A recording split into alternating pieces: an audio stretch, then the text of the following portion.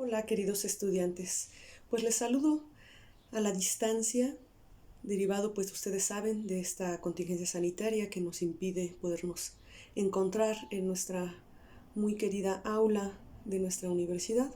Sin embargo, bueno, con la finalidad de apoyar y ampliar un poco los temas y quizás clarificarles algunas y ampliarles algunas ideas sobre los temas de las lecturas que les envié en la carpeta de Drive, es que, bueno, me permito hacer este video que nos ayude pues, a tener una mejor comprensión de los temas.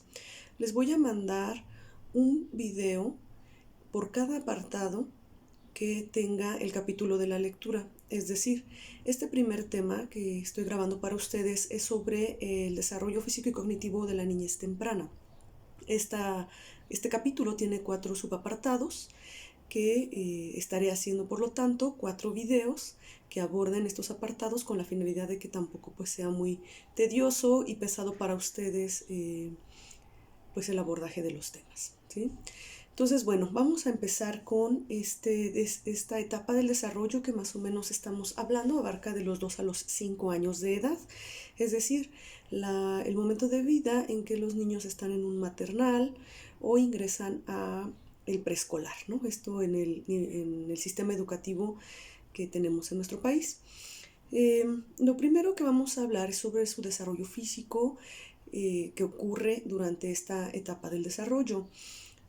Más o menos los niños en estas edades ganan alrededor de 5 o 6 centímetros de estatura al año, o sea, lo cual pues es bastante considerable, están creciendo mucho y van experimentando pues distintos cambios, ¿no? en su desarrollo, en su crecimiento físico. Y bueno, ganan alrededor de 2 a 3 kilos de peso durante este año. Esto sería pues en un desarrollo ordinario, estándar, digamos, en un más menos, dependiendo obviamente pues la herencia y la nutrición. Ustedes saben, lo hemos platicado a lo largo de las clases que hemos tenido en el semestre, que pues el factor nutricio es sumamente importante en el desarrollo del ser humano. Y esto pues va a generar que un niño bien nutrido pues vaya teniendo un desarrollo óptimo. Un niño mal nutrido pues obviamente su desarrollo físico se verá impactado, desarrollará menos talla, obviamente ganará menos peso y bueno, eso a nivel físico. Ya hablaremos a nivel neurológico en otras habilidades del desarrollo, como esto de alguna manera pues también afecta, ¿no?, el desarrollo de estos pequeños. Entonces, bueno, obviamente el desarrollo en cuanto a talla pues está supeditado a factores también de herencia. Si los padres no son muy altos, pues el niño será pequeño. Si los padres son altos, pues el niño será pues un niño más grande, ¿sí? Entonces también tiene que ver con estas condiciones de la genética y la herencia, la talla que estarán manejando los niños en estas edades. Y obviamente pues también el género. Hay una mayor tendencia en mayor peso y estatura en los varones que en las mujeres, aunque igual sabemos que hay pequeñitos niños, varones, y unas niñotas, ¿no? Por estas condiciones pues que hemos dicho de la cuestión genética. Muy interesante lo que ocurre durante el cerebro en estas edades. Gracias al desarrollo tecnológico, el desarrollo de pues, distintos aparatos, la tomografía, la resonancia magnética, han permitido que los neurocientíficos puedan desarrollar mayores estudios respecto a los cambios en el cerebro que se tienen durante esta edad, que van más allá de una condición de tamaño o de peso de este órgano. Es más importante e interesante los descubrimientos de último tiempo que tienen que ver con las funciones y los procesos que suceden en el cerebro cuando tenemos estas edades. Y bueno, uno de los aspectos más importantes y de los procesos más importantes que se tienen durante esta etapa y que van a continuar por un largo periodo es el proceso, por ejemplo, de la mielinización. La mielinización tiene que ver con un recubrimiento en las células neuronales del cerebro que van a permitir mayor velocidad en los circuitos y en el proceso de sinapsis, que es lo que es el proceso de comunicación entre neuronas, ¿no? Y del cerebro pues, con el resto del cuerpo. Este proceso de mielinización que ocurre en el cerebro va a alargarse hasta los 21 años de edad. Hasta los 21 años de edad se dice que termina de desarrollarse nuestro cerebro. Entonces este proceso de mielinización va a concluir hasta estas edades, pero va a iniciar en la edad de la niñez temprana. Entonces es un proceso sumamente importante, es un proceso lento, paulatino, va a ser a largo plazo, pero que va a ir mejorando las funciones de nuestro cerebro, o el funcionamiento o el procesamiento de la información a nivel cerebral. Esto es lo que nos permite, por ejemplo, entender por qué cuando le explicamos, por ejemplo, el funcionamiento de un juguete a un niño de 4 años, le lleva un poquito más de tiempo entenderlo y procesarlo que el tiempo que le lleva a un niño de 8 años, por ejemplo, ¿no? ¿Por qué? Porque su cerebro obviamente en este proceso de memorización pues ya es más avanzado en un niño de 8 que de 4 y esto le permite procesar de manera más rápida la información. Es decir, a diferencia de lo que quizás les pudieron haber hecho creer sus hermanos mayores cuando ustedes eran pequeños, de que eran lentos o tontos para aprender, en realidad no. Simplemente era una limitación de su desarrollo, bueno, que se va a ver compensada pues conforme uno va creciendo. Entonces, bueno, esos son cambios importantes que van a ocurrir en nuestro cerebro. Además, hay otro proceso de reorganización de nuestras redes neuronales en esta edad, derivado de que durante el primer año de vida, como igual lo habíamos comentado en algún momento durante las clases, desarrollamos una gran cantidad de conexiones neuronales cuando somos bebés que van a ser sobradas y que nuestro cerebro va a tener que reorganizar en la posteridad. Entonces, durante la niñez temprana está ocurriendo, está aconteciendo esta reorganización de las redes neuronales que va a permitir, va a generar que varias de las redes o varias de las conexiones se eliminen, dado que están repetidas o son innecesarias. Entonces todo esto está ocurriendo en el cerebro de los niños pequeños, aunque nosotros no nos percatemos, ¿no? Y que pues son dos procesos sumamente importantes. Esto va a permitir que conforme el niño vaya creciendo, vaya teniendo una mejor organización cerebral. Y una de las partes que se va a desarrollar también de manera importante durante esta etapa es el área prefrontal del cerebro, lo cual al irse desarrollando esta área va a permitir que el niño tenga mayor capacidad para organizar sus actividades y planear pues cualquier cosa, un juego, planear sus propias actividades de vida, escolares, pero claro, es un proceso que se va dando de manera lenta y paulatina. Cada vez el niño podrá ir organizándose mejor e ir realizando planeaciones más complejas. Pero bueno, es durante esta etapa que se va dando el desarrollo de esta área que va a ir facilitando estas situaciones. Otro de los temas importantes a considerar durante esta edad y que tiene que ver con el desarrollo físico es el desarrollo motriz. El desarrollo motor se divide en motricidad gruesa y motricidad fina. Hasta este momento de la vida, es decir, antes de los 2 años, el niño ha trabajado mucho la motricidad gruesa, que es la que le ha permitido sentarse, pararse, caminar, correr, pero cada vez va afinando mucho más sus movimientos corporales. Los que se dedican, por ejemplo, a formarse para ser maestros de educación física, tienen que considerar y estudiar a profundidad justamente esta parte del desarrollo físico del niño para poder generar planeaciones de ejercicios que les permitan favorecer el desarrollo de su motricidad gruesa a partir de ejercicios como brincar en un solo pie, con 2 pies, aventar una pelota, cacharla, actividades que parecieran ser muy simples. Para estas edades de la niñez temprana son todo un reto para los niños. Hay niños que no logran mantener el equilibrio en un solo pie. ¿Cuántos? A nuestra edad también nos sigue costando trabajo, ¿verdad? Y tiene que ver con esta motricidad gruesa. Pero si ustedes recuerdan sus clases de kinder, cuando salen a educación física, que suele ser de las materias favoritas de los niños, eran muchos ejercicios de este tipo, de brincar en un pie, en 2 pies, correr, cachar las pelotas, aventarlas, lanzarla con una mano, con las dos, etc., ¿no? Son ejercicios que van a ir permitiendo un mejor desarrollo de la motricidad gruesa en el niño. Otra de las tareas sumamente importantes en esta edad en la escuela pero que esta generalmente es faena de las maestras de grupo, es la motricidad fina. La motricidad fina pues, se va desarrollando a partir de esos ejercicios que a lo mejor ustedes recuerdan, y si no los recuerdan, a lo mejor lo han visto con sus sobrinitos o primitos pequeños que tengan al alcance.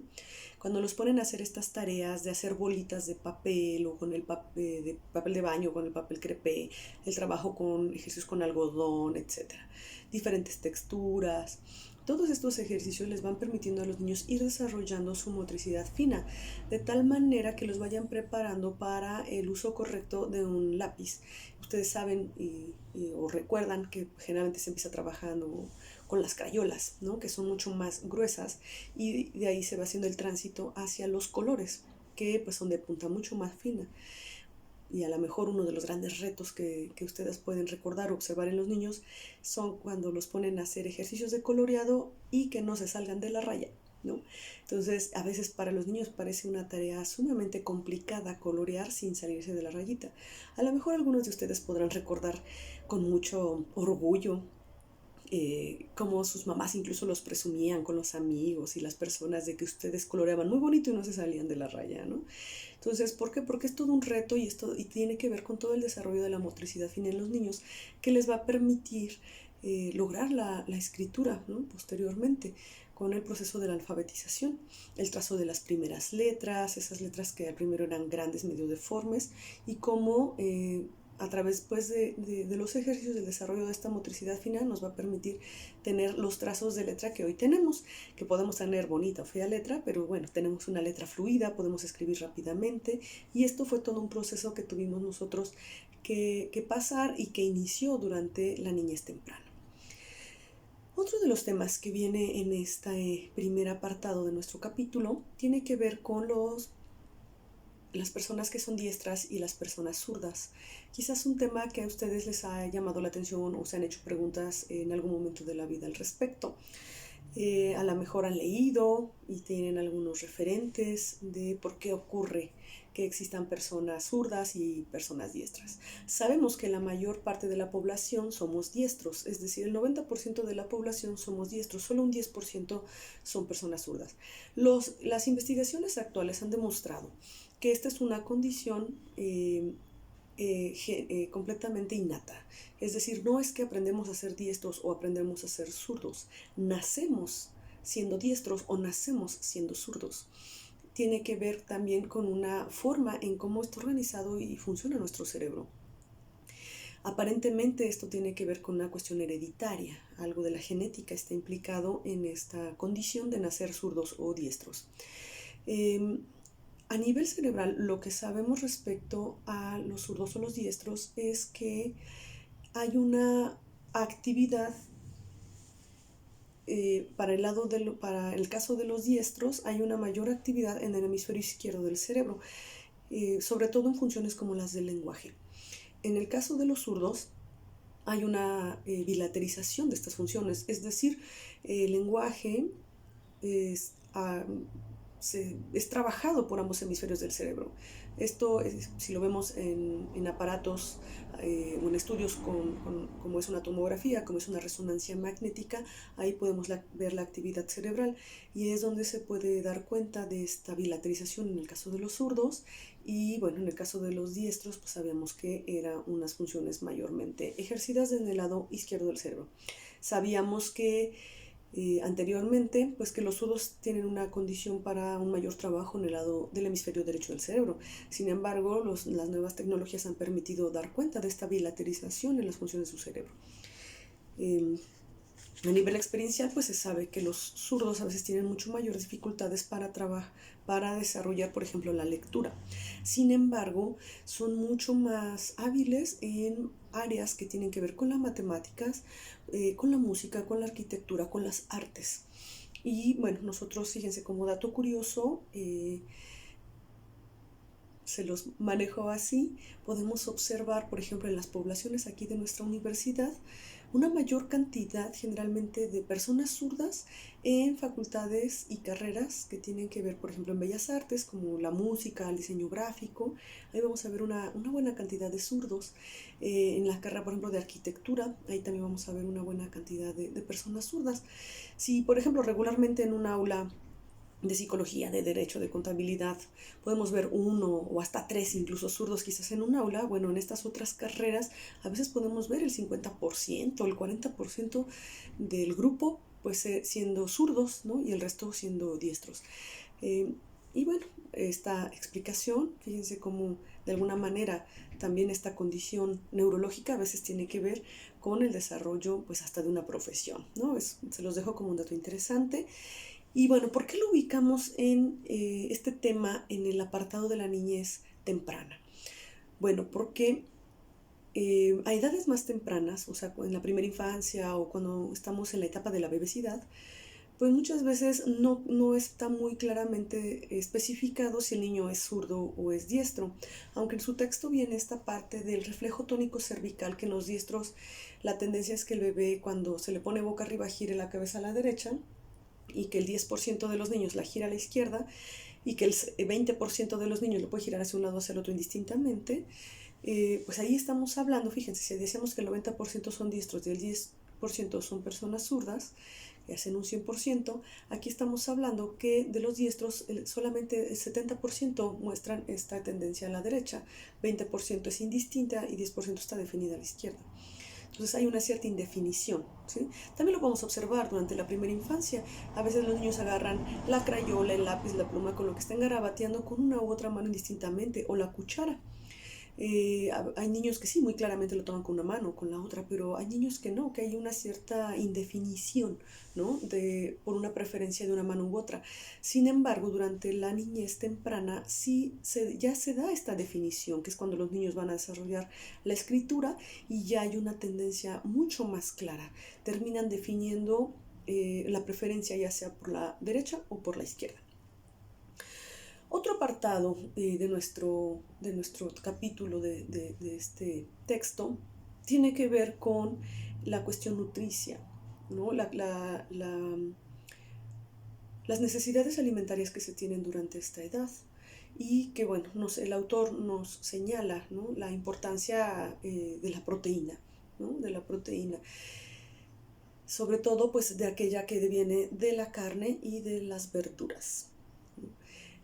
Hay toda una polémica, por supuesto, respecto a la cuestión proteínica de si es necesaria la proteína animal o con la proteína de las verduras es suficiente para un buen desarrollo.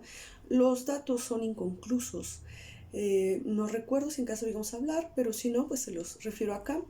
Un dato que sí se tiene de cómo se modificó o evolucionó nuestro cerebro tuvo relación justamente con el consumo de la proteína animal.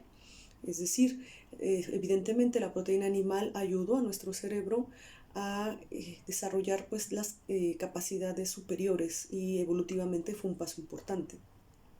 Sin embargo, hoy día pues está toda una discusión al respecto de lo dañina, de que nuestro organismo no está diseñado para tener un buen procesamiento de la proteína animal. Sin embargo, bueno, lo que acá se sugiere es que los niños sí consuman todo tipo de proteínas, que esto ayuda a su desarrollo cerebral, a una buena nutrición y a un mejor desarrollo. Son conclusiones, aunque bueno, hay otros estudios, los fans de toda la dieta vegana, que dicen que no, que esta puede ser sustituida por la pura proteína vegetal, ¿no?, y que es mucho más saludable, y que sí es posible el desarrollo del músculo, y que hay una mejor calidad de vida con este tipo de alimentación. Eso lo dejamos a criterio de los padres, a criterio de las familias y de los usos y costumbres que pues cada persona tenga, ¿no?, o en cada familia se viva. Los resultados al momento pues son no del todo convincentes y concluyentes, tanto para los argumentos que se dan de la ingesta de proteína animal, que tendría que ver con una nutrición omnívora, y bueno, y los que se decantan más por una nutrición completamente pues vegetariana o vegana en su caso. Bueno, respecto a el último apartadito que tiene que ver con esta primera parte de nuestro texto, tiene que ver con la enfermedad y muerte en esta edad del desarrollo. Y bueno, en nuestro país no es muy diferente a lo que viene aquí señalado.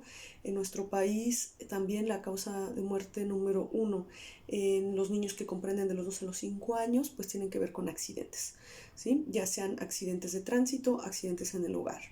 Generalmente por eso es muy importante pues que los niños en estas edades, 2 a 5 años, pues permanezcan bajo el cuidado de un adulto, ¿no? De alguien mayor, porque pues es la edad también de la ocurrencia, es la edad que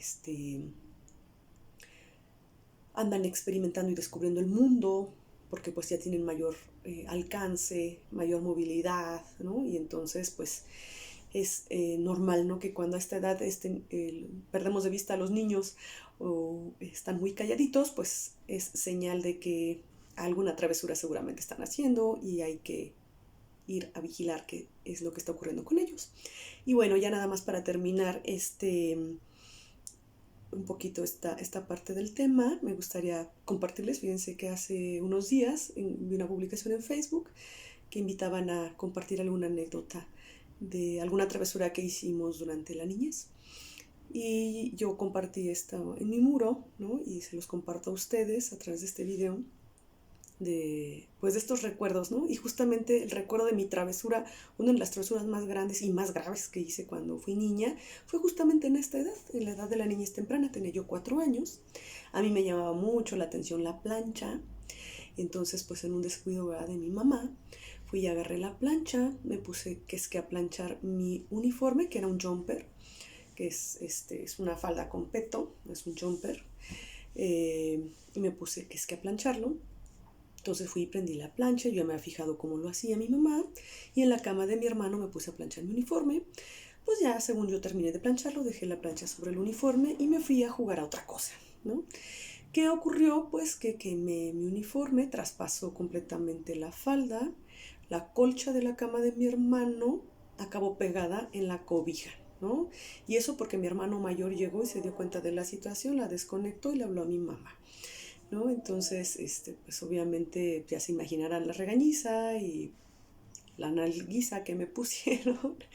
Obviamente me quedé sin uniforme y bueno, mi hermano tuvo que vivir con, obviamente su colcha pues fue a la basura, la cobija no la tiraron, pero sí recuerdo pues ya incluso siendo pues adolescentes y todo, la eterna marca de la plancha en la colcha, que diga en la cobija de mi hermano, con la colcha todavía ahí pegada que se fue desprendiendo poco a poco entre lavada y lavada, ¿no?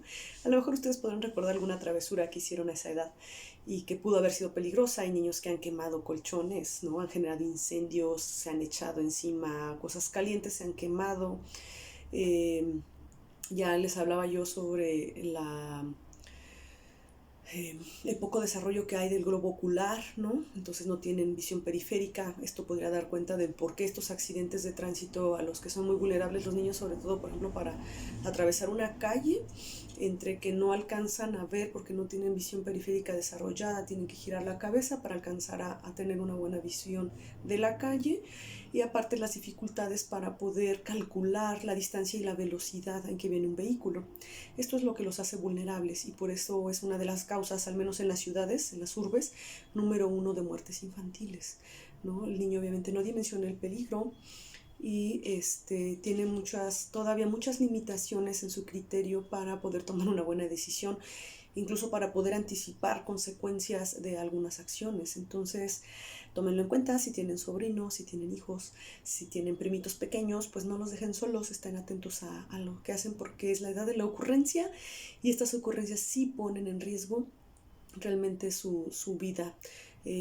Los niños siempre en esta edad, en estas dificultades de su criterio, se creen capaces de más cosas de las que en realidad son capaces, ¿no? Y no pueden anticipar una gran cantidad de variables. Y ya lo estaremos viendo ahora en la siguiente pequeña cápsula de video que les mande cuando hablemos sobre los cambios cognitivos durante la niñez temprana. Bueno, saludos afectuosos, queridos estudiantes. Cuídense mucho, hagan caso a la cuarentena y bueno, sigan al pendiente de los próximos videos que estaré grabando para ustedes sobre pues este tema de la niñez temprana. Saludos, cuídense mucho.